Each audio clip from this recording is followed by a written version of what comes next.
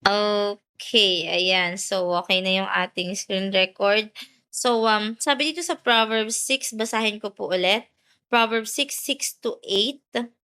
Go to the ant, thou sluggard, consider her ways, and be wise, which having no guide or overseer or ruler, provided her meat in the summer, and gathereth her food in the harvest.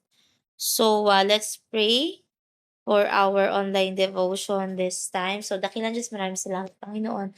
Thank you, Lord, for your word.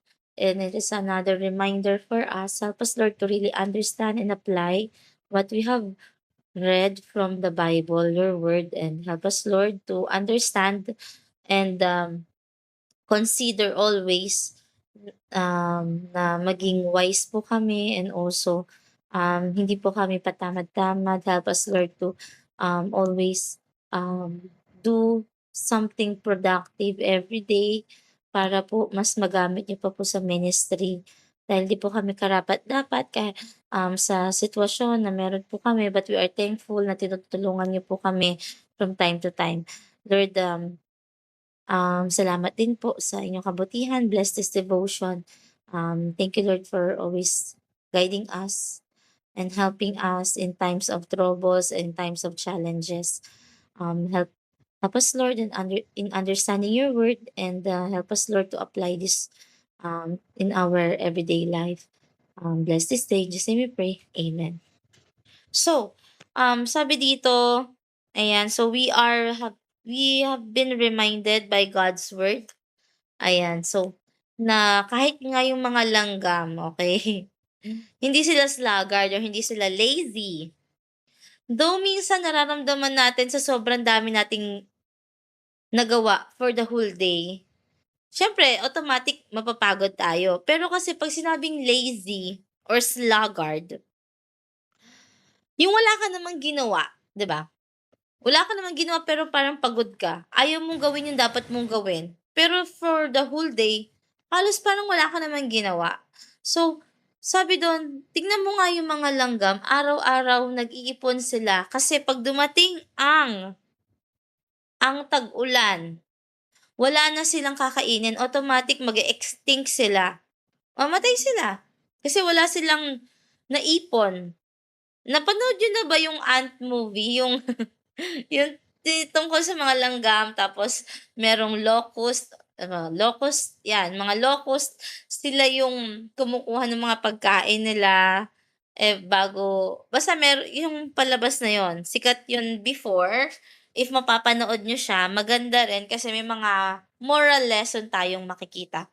Pero sinabi na sa Bible, tingnan mo yung mga langgam, ikaw na tamad ka, 'pag tinatamad ka, okey, ikaw lazy person, tignan mo yung langgam, napakasipag nila, ginagawa nila yung tama, okey? Walang nag-uutos sa kanila, no guide or overseer or ruler, okey? Eto kasi yung ano, eto yung ano nila, mag-iipon sila ng pagkain para may kakainin sila kasi 'pag tag-init, 'di ba, walang ulan, makakakuha sila, makapag-gather sila ng food. Mabubuhay sila during the rainy season or the flood season, ganyan. Meron silang kakainin. So, naririnig niyo ba yung sinasabi ng magulang niyo? Ako, naririnig ko 'yan. "Wala kang ginawa, 'wag kang kumain." Nasa Bible din kasi yun, eh. Okey, wala kang ginawa, 'wag kang kumain. Okey, hindi ka pa nakatulong sa bahay, gawain ng bahay or something like that, lalo na kayo, nakatira kayo sa bahay ng magulang niyo. Automatic kapag kayo'y nakatira sa bahay ng magulang niyo, kailangan niyong sumunod. Kasi sila yung nagpo-provide ng mga needs niyo, ng food niyo. So, iba-iba tayo ng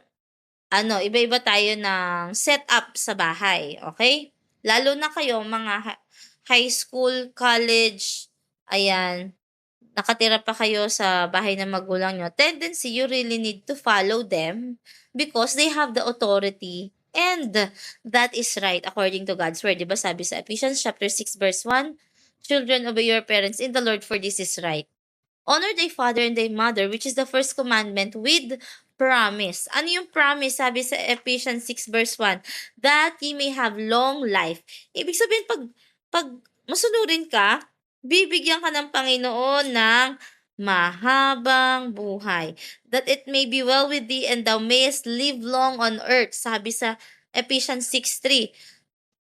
Mahaba yung buhay mo dito sa earth kasi inhonor mo, sinunod mo yung magulang mo. Ang magulang ay binigay ng Diyos. How much more? Sumusunod ka sa Diyos, sa Ama natin, okay? At sa magulang mo, sa nanay at tatay mo.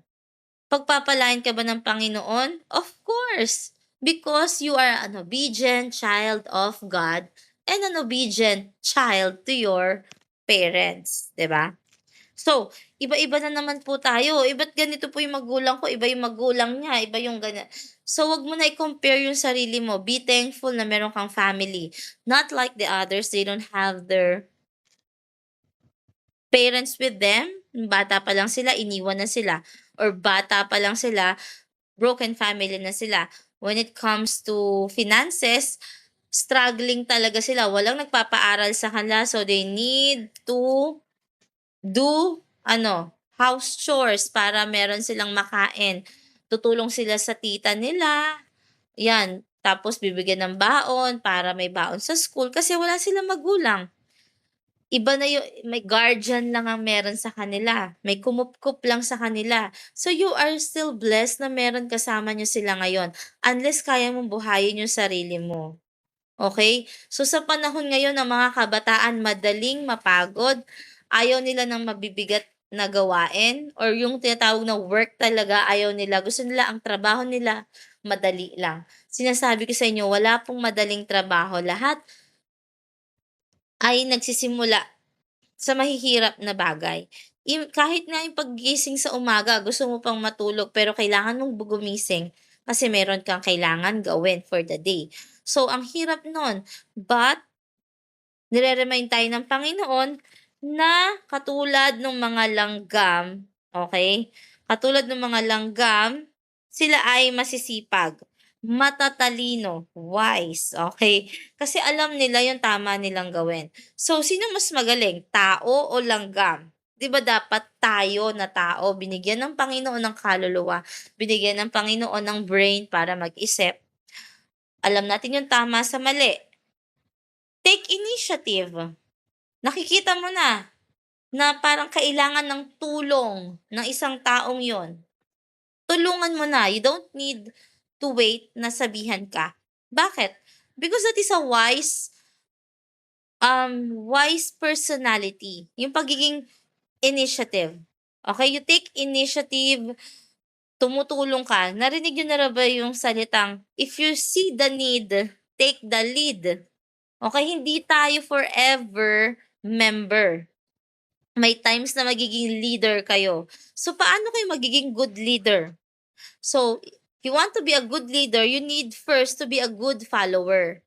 Okay, hindi lahat nagiging presidente agad ng isang kumpanya. Nagsimula yan sa pinaka zero knowledge. Until na-master niya na, until nakapagpundar siya ng magandang business, nag-hire siya at naging matagumpay yung kanyang business, nagkaroon siya ng business na empire. Grabe, billion, million. Bago sila dumating sa ganon, naranasan nila ang hirap ng pagsisimula ng isang business. Sa pag-aaral, nagsisimula lahat sa basic knowledge. Okay? Kaya yung iba preschool, iba nagde-daycare, preschool, kinder, iba naman grade 1, grade 2, nagsisimula lahat sa basic foundation. So kung bata pa lang tayo, tamad na tayo, how much more pagtanda pa natin? Kayo at may age, kalahati ng edad ko, kayo or hindi pa, 'di ba? Kung tamad na kayo sa age niyong 'yan, ano pa po ang gagawin niyo sa pagtumanda pa kayo, 'di ba? So, we have been ayan, hello po, is it wait lang, ano 'to? Wait lang po, ayan nag-aano yung aking ano. Hala, ano 'to, bakit ganito? May nagbubukas ng ano, wait lang, no, don't allow. Okay, got it. Okay, so wala, ayan. 'Yan, okay. So, sorry nawala, may nag-pop up sa aking Google. Okay, so let's go back. And how much more kung bata pa kayo, tamad na kayo? Ako, nung bata ako, hindi naman ako masipag, eh. Pero nung iniisip ko na, "Ay kailangan ko 'tong gawin, kailangan ko 'tong pagtiyagaan, mahirap man pero kailangan kong tapusin." Nahirapan ako nung college, nahirapan ako nung high school, tinapos ko. Thanks be to God, nakatapos ako ng high school, nakatapos ako ng college. Okay, kahit yung course na gusto ko hindi ko siya nakuha, tinapos ko pa rin yung college ko kahit iba yung course na gusto ko. Bakit?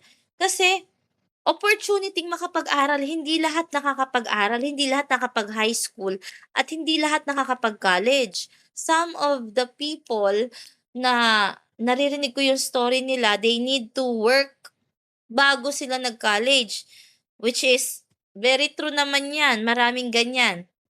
Yung iba naman pinag-aaral ng magulang, yung anak naman ayaw mag-aral, 'di ba?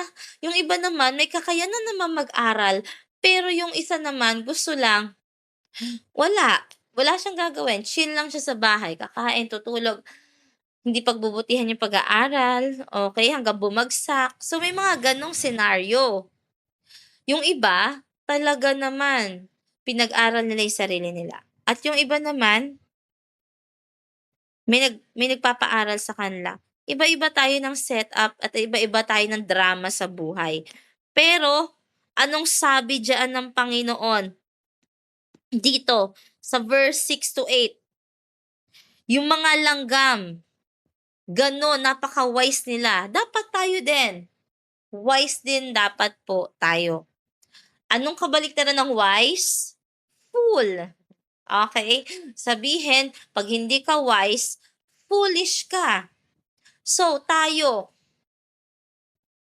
asaan tayo doon? Nasa gitna ba? Okey. Minsan po wise, minsan po fool, ganyan. So dapat i-strive natin, pipilitin natin maging wise tayo sa mga decisions, sa mga gagawin natin sa buong araw. Dapat productive. Yung mga pinapanood niyo ba, nakakatulong ba yan sa iyo?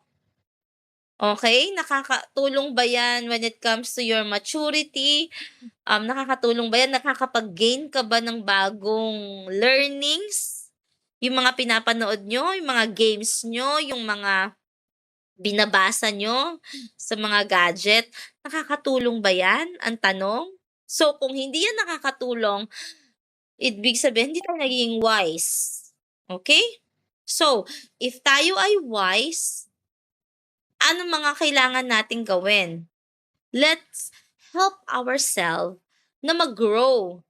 Okay, paano tayo mag-grow as an individual? Siyempre, kung ano yung mga pinapanood mo, pinapakinggan mo, binabasa mo, yan ang magfi-feed sa'yo ng mga knowledge na, "Eto yung alam ko." Eh, mali pala yung napanood mo, kaya yung alam mo mali, 'di ba? So, ano yung the best na makakatulong sa atin, sa mga magre-remind sa atin, the most powerful, tools na kailangan natin? Siyempre, Bible. Ito, Word of God, salita 'to ng Diyos, okey, hindi ko 'to salita. So, sino bang makapangyarihan, salita ko o salita ng Diyos? Siyempre salita ng Diyos, okey? Hindi ko po salita. The more na, um, kailangan ko ng help or guidance or advice, saan ako lalapit, sa tao? Hindi, dapat sa Panginoon. Kasi yung tao makasalanan din 'yan, okey? Yung tao, um may nagagawa siyang mali, okay? Ang tao hindi yan perfect. Ang Diyos, ang salita niya perfect, nandito na lahat ng advice na kakailanganin natin sa buhay. Saan ako lalapit? Siyempre dun sa gumawa sa akin, 'di ba? Lagi ko nga sinasabi sa inyo kapag meron akong problem, less yung aking pagkukuwento sa ibang tao because they could not help me. Unless, may advice silang maibibigay sa akin, that could help me. Okay, that is one thing. The other thing is, tao lang din sila. Iba yung pinagdadaanan nila sa pinagdadaanan ko. So, saan ako lalapit? Doon sa gumawa ng tao, which is our Lord God, 'di ba? Ginawa niya tayo. So, dapat ako lalapit, hihingi ng advice. So, saan ako dapat magtitiwala ng buong-buo? Sa Panginoon. Kasi siya yung gumawa sa akin, siya yung nagbigay sa akin ng buhay. So, the more that I trusted God, the more He will help me. The more that He will give me the wise decision that I need in life. So, the more na nilalayo natin yung sarili natin sa Panginoon, paano kanya tutulungan? 'Di ba? That is so, very, tawag dito, practical. May payong. Ang payong ginagamit sa tag-ulan. 'Pag hindi mo ginamit ang payong sa tag-ulan, mababasa ka. Tama po ba? 'Pag nabasa ka, magkakasakit ka. So, 'pag gumamit ka ng payong, hindi ka magkakasakit, tama? 'Pag nasa payong ka, may iwasan mo, umabsent or magkasakit. Ngayon, nire-represent ng payong, okey, imagine ninyo nire-represent ng payong ang Diyos. 'Pag lumayo ka sa Diyos or lumayo ka sa payong, magkakasakit ka, mapapahamak ka 'pag lumayo ka sa Diyos. Okey, so anong dapat mong gawin? Dun ka sa payong, dun ka sa Diyos kasi siya yung mag-iingat sa'yo para hindi ka mapahamak, hindi ka magkasakit, okey? Hindi masira yung buhay mo. 'Di ba yung iba nagkasakit, nagka-pneumonia, lumala yung pneumonia, namatay, oh. Kasi hindi sila gumamit ng payong or hindi sila naprotektahan nung payong kasi hindi nila ginamit. Sa word of God, kapag hindi mo ginagamit, lumalayo ka sa salita ng Diyos, sa gusto ng Diyos sa buhay mo, anong mangyayari? Masisira buhay mo, patuloy ka sa kasalanan, the worst is hindi ka pala niya anak, sa impyerno ka. Yun yung masakit dun, eh, nagsisimba ka, may alam ka sa salita ng Diyos, pero hindi ka pa talaga anak ng Diyos. Kaya yung problema at yung desisyon natin laging mali. Which is, we are praying talaga na dapat mayroon kayong relationship sa Panginoon. At ito lang ang tutulong sa atin, ito yung magpo-protect sa atin. The Word of God is our guide and our protection dito sa mundo, lalo na spiritual ang kalaban natin. Puwedeng hindi ka nagpe-pray, bakit? Ba't ka nakakalimot mag-pray? May blessing ka na na-receive, magpasalamat ka. May blessing ka na na-receive. Thank you Lord for this blessing. Salamat Panginoon. Salamat sa Panginoon wala akong sakit ngayon. Wala ako sa ospital di katulad nung iba. Thank you Lord at natapos yung araw na 'to. Kahit pagod ako, hindi mo ako pinabayaan. Okay? Thank you Lord dahil sa araw na 'to, naipasa ko yung deadline. O 'di ba may mga deadline kayo na dapat ipasa. Ngayong araw na 'to meron kayong nagawa para sa Panginoon, nakapag-share kayo, nakapag-encourage kayo ng ibang tao. So that is the best thing that we could do para yung buhay natin na iisa lang, okey isa lang ang buhay natin, ay maging blessing tayo sa iba. The more that we are blessed, the more that we should be a blessing to others. And dapat yan nakikita sa pananalita natin, nakikita 'to sa pag-uugali natin, nakikita 'to sa pag-iisip natin. Wow, nakikita yung isip. Ibig sabihin paano ka mag-isip. 'Pag nag-isip ka ng tama, ang gagawin mo tama, 'di ba? So, gano'n maging wise. So, katulad nung mga langgam, napaka-wise nila. Dahil alam nila na may makakain sila sa summer dahil nag-ipon sila nung rainy season or sabihin natin nung winter. Okay, dito sa Pilipinas walang winter pero sa iba meron. Nag-iipon sila, naghahanda sila. Ang tanong, ikaw naghahanda ka ba? Tatanda ka na naman, nag-birthday ka, tatanda ka na naman ng isang taon. Ano ang na-accomplish mo noong bago ka mag-birthday or bago ka tumanda, bago nadagdagan ng iyong edad, anong na-accomplish mo? Anong nagawa mo na sa Panginoon? Anong nagawa mo na sa sarili mo? Nag-i-improve ka ba? Okay? Eto ginagawa na yung langgam. Kada taon ginagawa nila, kada araw 'pag nakita niyo sundan niyo yung langgam, mag-experiment pa kayo. 'Pag may pagkain 'yan, 'di ba ang dami-daming langgam kasi may pagkain nakakalat. Tingnan mo, may dadalahan sila niyan, eh. Meron silang sinusundan na pathway, o dito dadaan sa gilid, dadaan sa gilid. Tapos aakyat sila. Yung pala yung tambakan nila nasa kisame. Kasi doon yung hideout nila. Napakatalino, 'di ba? Hindi sila mababasa ng ulan kapag bumaha. Okay, kasi nasa taas sila nag-iipon or sa mga sulok-sulok, 'di ba? Napakagaling. So, kung magaling ang langgam, sinong gumawa sa langgam? Ang Diyos. Sino mas magaling? Ang Diyos o ang langgam? Ang Diyos. So, ginawa tayo ng Diyos. Compare sa langgam, sino dapat ang mas matalino? Tayong tao. Kasi yung langgam, insect lang sila. So, wala silang kaluluwa. Tayo may kaluluwa. So, dapat, itatry natin yung best natin maging matalino kaysa sa langgam. Kung ang langgam hindi tamad, dapat tayo din hindi tamad. Hindi tayo sluggard. Kung ang langgam matalino, dapat tayo mas matalino kaysa sa langgam. So, malinaw po ba?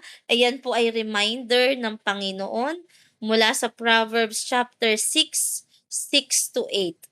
Okay? So, there are a lot of things na pwede natin pag-usapan. Pero when it comes to um, pagiging diligent, industrious, or masipag, okay? Mahirap yang gawin kapag hindi ka nasanay. Pero kapag sanay ka sa hirap ng buhay, eventually, magiging madali na lang unti-unti, little by little. Kahit nung bata tayo, nahihirapan tayo 'pag sinabi ng magulang, "Eh, ang saya maglaro," 'di ba? "Okey, laro kayo." Tapos sinaway ka na ng magulang mo, "Okey, tigil na yung paglalaro, maghugas na kayo ng kamay, maglinis na kayo." At kakain na tayo, wow, may pagkain na, gano'n. Nakakatamad kaya, pero 'pag hindi ka naghugas ng kamay at madumi ka at kumain ka, magkakasakit ka kasi hindi ka sumunod sa instruction, 'di ba? So, para hindi tayo mapahamak, hindi tayo magkasakit, hindi tayo I mean, mga gano'n maliliit na bagay, sumunod na tayo. 'Pag sumusunod tayo, kaakibat diyan ay blessing. Ang reward ng Panginoon para sa mga masusunurin at anak niya ay nandiyan sabi sa Hebrews. Ayan, last basahin ko sa inyo. It's in the Hebrews. Ayan, last verse for tonight. Alam niyo ba dito sa Hebrews, ang daming dinescribe ng Panginoon yung mga taong sumunod sa kanya, very faithful. Okay, isa na dun si Father Abraham, 'di ba? Yan. Eto, sabi dito sa Hebrews 11 verse 6, "But without faith it is impossible to please Him," ang Diyos, okay? To please God. "For he that cometh to God must believe that He is, and that He is a rewarder of them that diligently seek Him."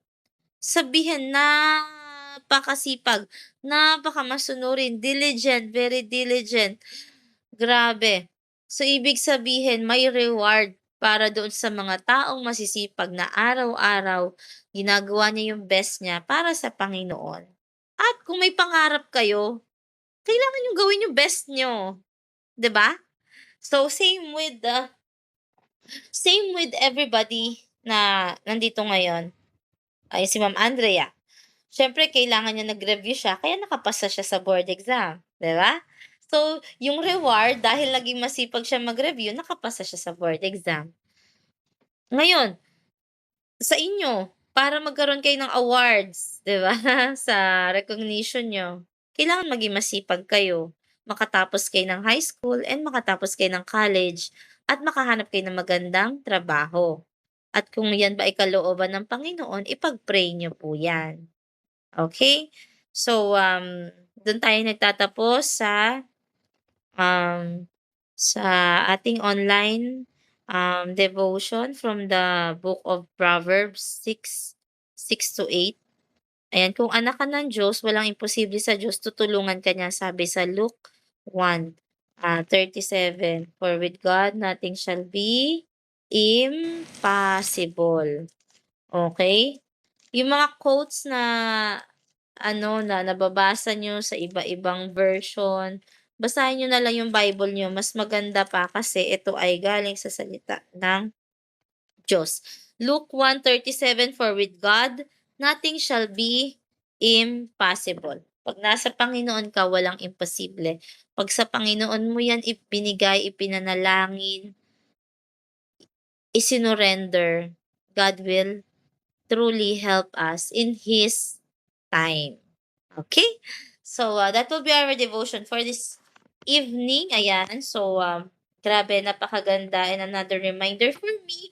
And I hope naging magandang blessing din para sa inyo yung ating devotion this evening. So,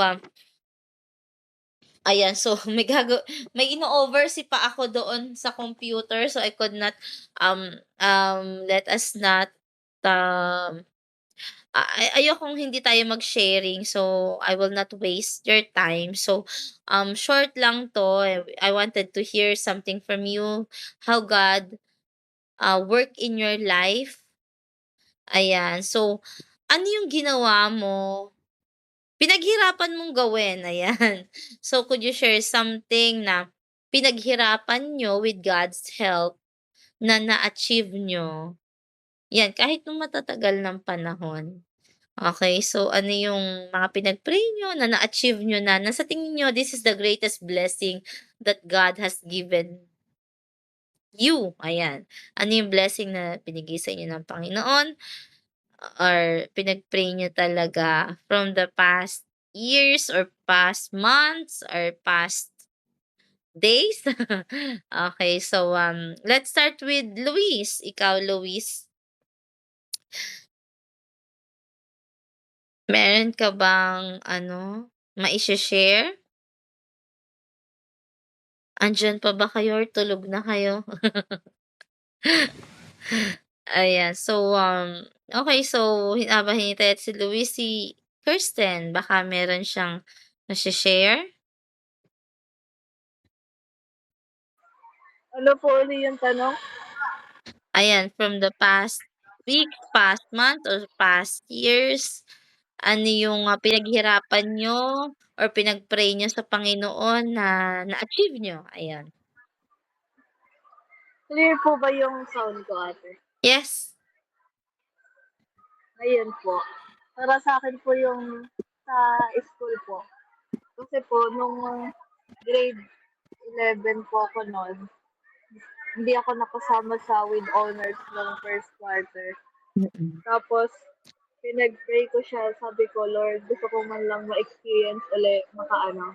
Yung kahit hindi naman kataasan, basta mm, napatunayan ko lang sa parents ko na nagsisikap ako sa pag-aaral ko. mm, Then, ayun, second quarter, I failed. Hindi ako nakapasa. Konting points na lang. Ay, hindi nakapasa. I mean, nakapasok. Konting points na lang. Parang mga 2 points something, ganon. mm, Then, di ulit binigay ni Lord. Tapos yung third quarter, akala ko makakaano na ako,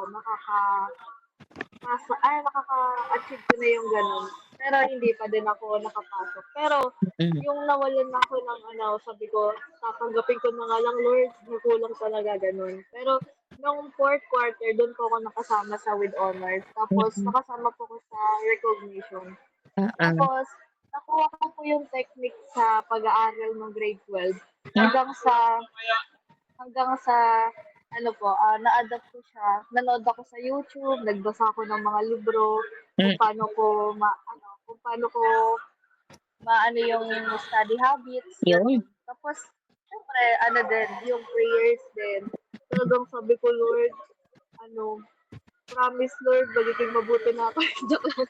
I mean, sabi ko, Lord, kahit ngayon lang, gusto ko lang din talagang masabi sa parents ko na, nagsisikap ako, hindi ko pinapabayaan yung work ko. kahit na may ginagawa ko. Kasi minsan nakikita nila ako nag-e-edit-edit. Kaya Mm. ayun, pinag-pray ko din. Then ayun yung pinaka na-achieve ko ngayon, year na naka-graduate ako ng with honors. At na Mm. ano, na-consistent ko siya nung grade 12 simula first hanggang fourth. Mm. Kaya ayun, thankful din ako sa Panginoon kasi binigyan niya pa ako ng chance na tsaka bago ko makamit yun, binigyan niya ako madaming lesson. Mm. Di, kasi parang sinabi ko din na sabi ko kung para sa akin naman 'to, ibibigay naman. Tapos yung medyo nawawalan ako ng hope kasi siyempre ang hirap din naman mag-ano, mag-study. Mm. Tapos ayun, pinag-pray ko then at the end, nakita ko yung works ng Panginoon sa'kin na kaya pala hindi niya agad binigay kasi may kailangan pa akong matutunan. Mm. Ayun lang po. Okay. So, thank you, ayan, for sharing that. O, 'di ba, nahanap mo yung tamang diskarte sa pag-aaral, 'di ba? So, for about how many years you're studying, simula elementary to high school, nakabalik ka sa, tulong ng Panginoon, yan nagka-awards kayo. So, that's a good good ano, strategy in studying. Ayan, nag-research ka. So, that is a wise decision that you have done. So, um, si Luis baka may share siya. May share ka ba, Luis?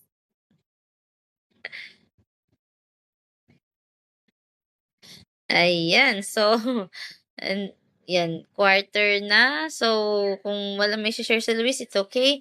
So, so that is a good, reminder for every one of us that, we should always ask God, and siyempre tulungan natin yung sarili natin. Iba pa rin nagpe-pray ka, tapos 'di mo tinutulungan yung sarili mo. So, kailangan nagpe-pray ka ta's may action. Hindi lang basta pray ng pray tapos walang action. Dapat meron laging action. Yung prayer mo, sabi nga, prayer without work is dead. Nasa Bible yun. So, dapat pinagpe-pray mo ta's ginagawan mo rin siya na action. So, that is a good thing. Okay, so hindi ko muna i-she-share sa inyo yung isang ano, yung isang kwento. But siguro later on siyempre meron na tayong mga adult na kasama or iba iba pang visitor could share some of the story, or if you'll be announcement na tayo. Okay, so our announcement for this time is on July 18, that will be Friday night. Yeah, Friday night next week na pala.